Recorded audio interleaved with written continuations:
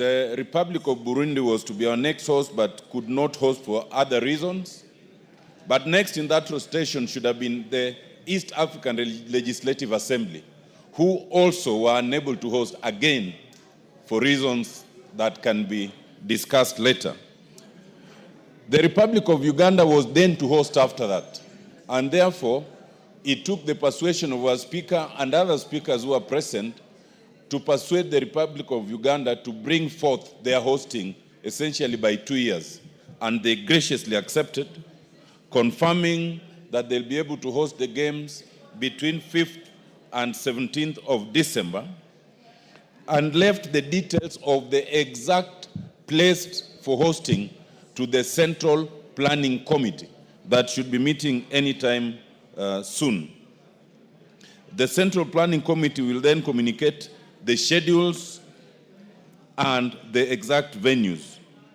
Mr. Speaker, I wish to urge our own Bunge Sports Executive Committee to plan in haste.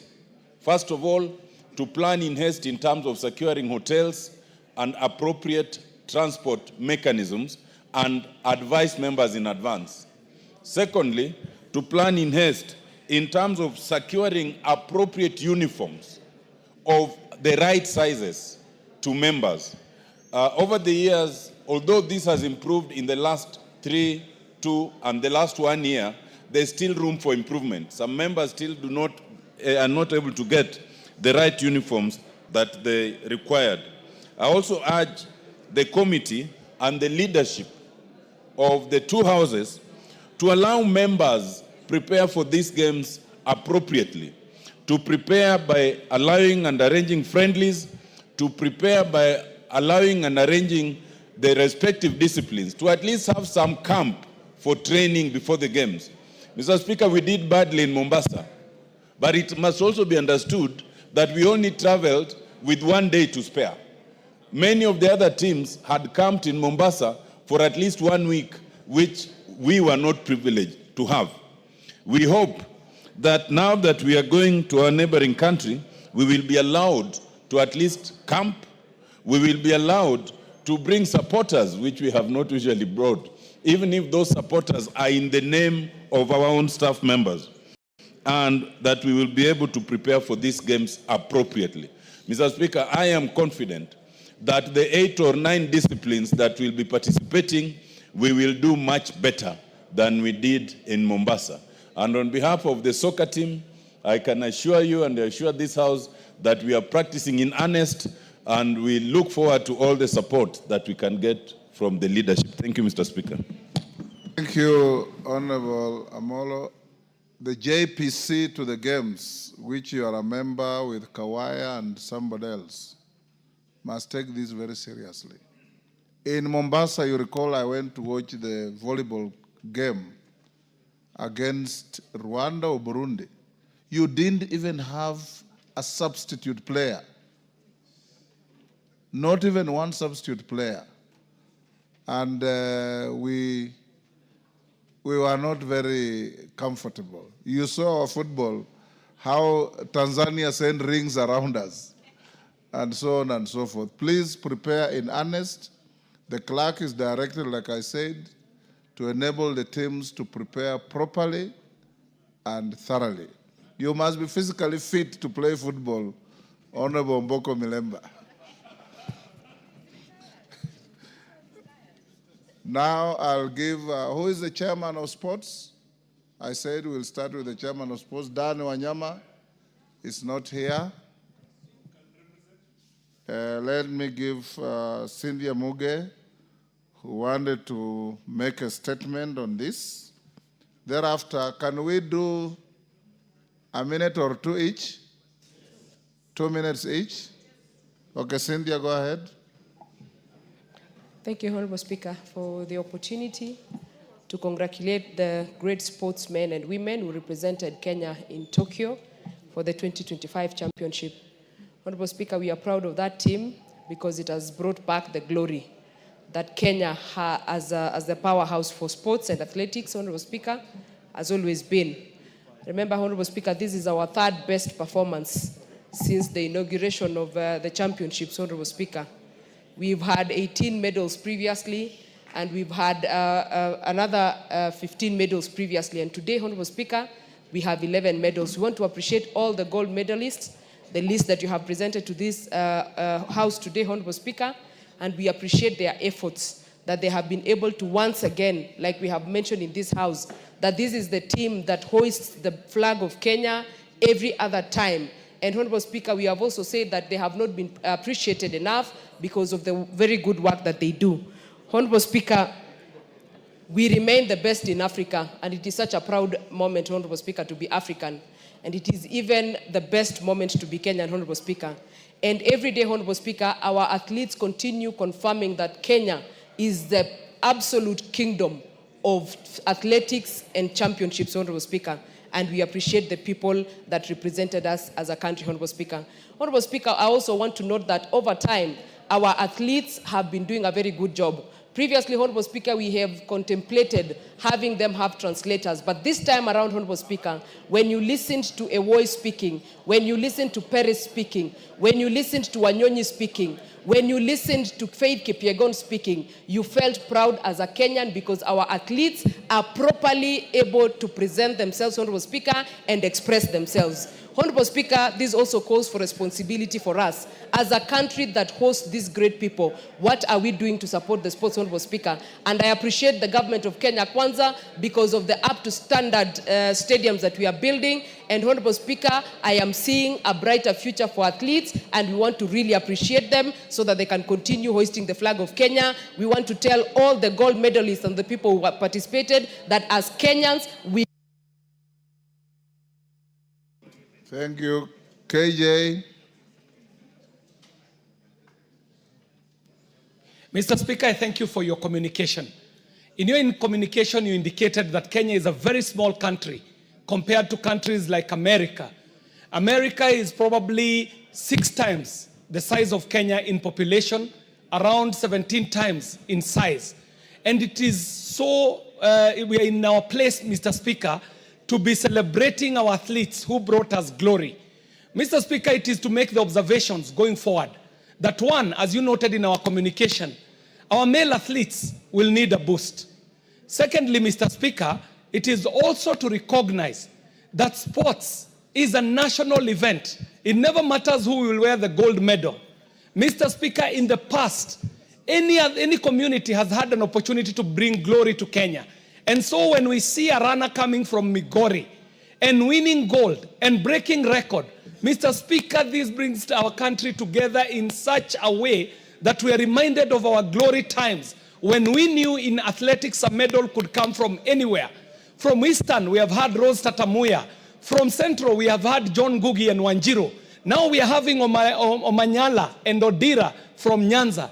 This is to say, Mr. Speaker, that if we set up centers... Omanyala is not from Nyanza. No, Omanyala from Western. Omanyala from Western and Odira from Nyanza. Thank you, Mr. Speaker. I stand to be corrected. And of course, our powerhouse in Rift Valley, where we breed champions, Mr. Speaker. The point I was making is that these athletics, just like the football that just went, was just needing leadership, Mr. Speaker. And when we offered leadership, we start winning again, and it is to congratulate Kenya, to congratulate the athletes, and for bringing Kenya back to winning ways on the international platform. I thank you very much, Mr. Speaker. Bensouda. Thank you, Honorable Speaker, for giving me this opportunity. And I want to thank you because you've spearheaded the love for sports and given even a clear framework for others that are yet to come. Honorable Speaker, I rise on behalf of women in this nation to confirm that truly women can lead. And the athletes who went there have exhibited exemplary performance. And this portrays that women are capable and competent of leading and giving the mantle. I rise also on behalf of Nyanza region. We have a movement of the Luos in this country called, in vernacular, allow me to quote, Segand Nyinam, the story of the daughters of the lake. Lillian Odira happens to come from Migori County.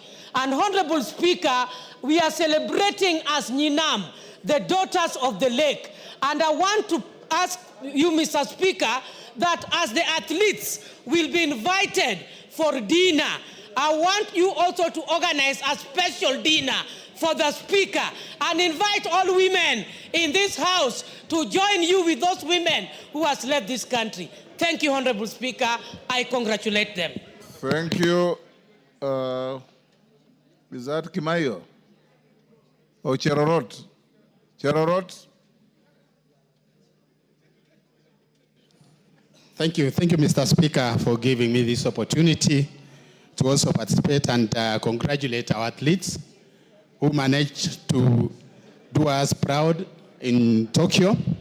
I want to say, Mr. Speaker, this country is actually powerhouse because of the sports or athletics, Mr. Speaker. Mr. Speaker, I want to talk about Patrice Chebet.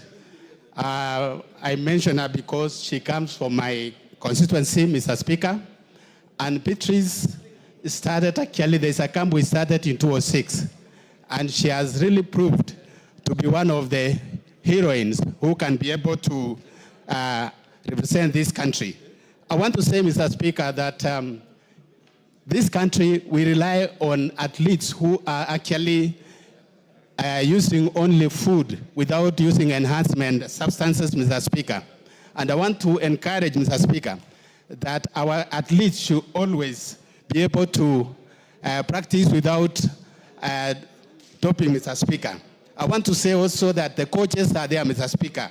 They are unseen team who are actually managing to train and also teamwork in this country. I want to say we are proud of our athletes and congratulations to this country and also those who represented us abroad. Thank you, Mr. Speaker. Thank you. Yes, Mwalio. Mwalio, you normally sit somewhere else. Yeah, nimeama. Thank you, Mr. Speaker, for this opportunity. I want to take this opportunity to congratulate our athletics for the best performance and the proud they have given us in this country, because we are rated one of the best in this continent. We would like to say that even we will do better in the future, given the sports academies that are being built in many of our constituencies, because we will take our students there to practice, and even the young people that have finished schools that they have nothing to do, will be able to take them there and be able to practice, to be able to excel in the sports. So we congratulate them and we say, well done, our Kenyan team. Thank you, Mr. Speaker. Thank you, Mwalio. Haika. Thank you, Mr. Speaker, and thank you for this opportunity. I also want to join my colleagues in congratulating Team Kenya, which was on Tokyo, for a very good performance that really united the country. Recently, we had football and also brought the country together. And Mr. Speaker, I also want to congratulate the government for the good work that is doing for the sportsmen and women in this country. The many stadia that are being built and sports academy, I know they will come a long way in supporting talent in this country. And Mr. Speaker, this has not just come. I know there was a lot of hard work, focus and discipline. And therefore, I also want to urge the students who are here to work hard. And also want to congratulate our school from Taita Taveta St. Mary's. Welcome to Bunge. We are honored to have you here. Thank you very much, Mr. Speaker, and thank you for the opportunity. Kibagendi. Thank you, Honorable Speaker. I also want to take this opportunity to appreciate and congratulate our team that represented Kenya in the Tokyo World Championships. It is indeed a demonstration that the Kenyans' resilience and determination is something the rest of the world should emulate. We would like to call upon government and those involved in the sports, in athletics, to give a bit of attention this time to men. You realize that the men this time didn't perform very well, but we appreciate the effort they put, and we congratulate our team for the wonderful job that they've done. Thank you, Honorable Speaker. Yes, Deputy Speaker. Thank you, Honorable Speaker, for the opportunity to be able to commend our athletes. As a lover of athletics and also as the race promoter of the Eldoret City Marathon, I really was delighted to see the performance of our athletes. And as parliamentarians, I'd like to urge us to continue to work on the nurturing part. We have worked on our stadiums. Our stadiums now are world accredited, which means that we can actually be bidding as Kenya to host the next World Championships. Last time we missed the hosting the championships because we did not have the stadiums up to standard. But now we do, thanks to the CHAN football tournaments that were here. We also want to request that the Ministry of Sports puts more effort not only on celebrating the athletes once they have made history, but to also nurture them. We have several athletes, most of them in Uasin Gishu County, Nandi County, and Elgeyo Marakwet County, where the challenge that they have is that they are living in dilapidated camps. The camps are privately owned, and most of them sometimes don't have food and clothes and so on. So one of the things we must emphasize is nurturing them before they make the news. Thank you, Honorable Speaker, and I urge all the members to support us on this. Thank you. Okwame. Okwame. Thank you, Mr. Speaker, for giving me a chance to air my opinion on what happened in Japan. Mr. Speaker, it was a wonderful job. My congratulations to all our teams which were there, and in particular, let me congratulate Odinga, who comes from an area where for many years the name of Migori had never been heard in athletics. This is a wonderful thing, and I think it is important I say something to congratulate him, and even to congratulate those who are not concerned, like the Migori people, together with our region. I urge them to do even better so that we can come up and compete nationally and internationally in order that Kenya can also benefit from us in terms of athletics. Thank you, Mr. Speaker. Garrido. Thank you, Mr. Speaker, for giving me this opportunity. I also take this chance to applaud and congratulate our athletes who are in Tokyo. Mr. Speaker, they did us proud. I was very happy, as many other Kenyans were, when our flag was raised high against other even bigger economies and stronger countries in the world. They really made us proud. I really congratulate them. Mr. Speaker, this year has been a year of blessings to us as a country in terms of sports. Remember even the way our Harambee Stars did us wonders in this country. It shows that our teams and the players, given an opportunity, promoted and supported, can do wonders in this world. Mr. Speaker, we encourage our young people to continue taking part in sports, remembering that sports is only not a sport these days, it's also a profession that pays well. We encourage our young people to continue participating and giving it the best so that this country can also grow. Thank you, Mr. Speaker. Mama Busia.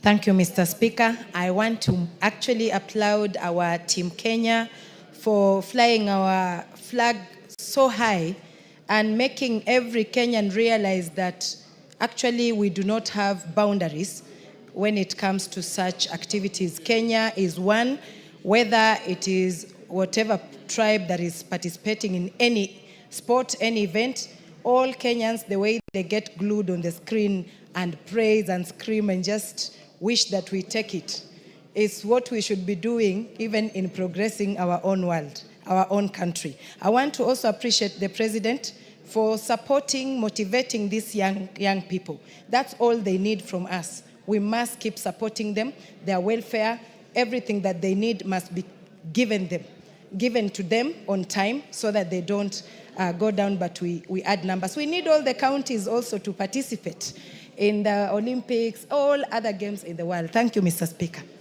Kingara. Honorable Kingara. Mr. Speaker, sir, for giving this opportunity to congratulate Kenyans who did very well there in Japan and elsewhere. Mr. Speaker, it has been noted that when athletes are motivated, they do their work well.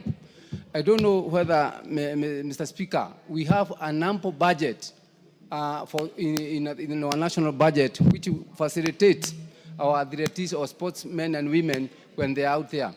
You noted, Mr. Speaker, when Kenyans doing football here were added, they did well. But the question is, do we have a consistent budget which can facilitate them consistently so that we can do well consistently too? Mr. Speaker, Mr. Speaker, even Parliament should honor this appreciation by also coming up strong and even giving a room or a garden, Mr. Speaker. Mr. Speaker, remember when I stood here talking matters sports, I requested whether even Parliament can have good facilities, including a field, where we can be doing our own sports affairs, noting that even the private sectors have the same. Mr. Speaker, this is not a big deal. Let's work and have good facilities even for our own self. Finally, Mr. Speaker, the parliamentary games, we are not consistent. I stand and say, in the athletics, we are not consistent. We need to start early, as you directed, but also be guided, especially on which facilities to use. As I stand here, we have not been committed to a serious grounds of doing our, and you know we are old, doing our we are. Thank you. Wangare says you are all alone. It's not collective. Give him 30 seconds. Yes. A second. The point I wanted to make, we have very young parliamentarians here, Mr. Speaker, whom I don't find out there. That's the age coming. That's why the age is coming in. Let's have our own young parliamentarians out there competing with the rest of the East African community. Thank you. Oundo. Thank you, Honorable Speaker. On behalf of the people of Funyula constituency, allow me to congratulate and sincerely thank the athletes that brought honor and fame to the people of Kenya. It was always refreshing to watch. It was captivating to watch whenever I had time to watch. And indeed, it showed that there's another face of Kenya than what is beamed in some other international media all over the world. Honorable Speaker, we continuously urge the Athletics Authority and the Sports Fraternity to continuously invest in male sports. We seem to start to lag behind in the male sports and athletics, which is not a good sign at all. Our men for many years did much, much better than the ladies. I have nothing against the ladies, but as we invest in women's sports, let's likewise invest in men's sports. And Honorable Speaker, the neglect of the boy child is now being reflected all over, be it in schools, be it in performance, be it in employment, be it in marital status. It is important that society, we must address that matter critically so that we can move at the same pace. Finally, Honorable Speaker, when you talked about the poor performance of Parliament in the Yala Games, Honorable Jacko Amboka said they didn't lose much. They might have lost on the pitch, but they scored other medals, and the time for the medals to be seen is almost this time, Honorable Speaker. Thank you, Honorable Speaker. The only medals I recognize are the ones I saw. Yes. Mutunga. Yes. Thank you very much, Honorable Speaker, for the opportunity to bring our gratitude from the people of Chigania West to thank our team that went to Tokyo and really did a great job. Honorable Speaker, the ladies who scored gold many times and our flag raised many times and the jubilation and the enthusiasm among Kenyans was telling.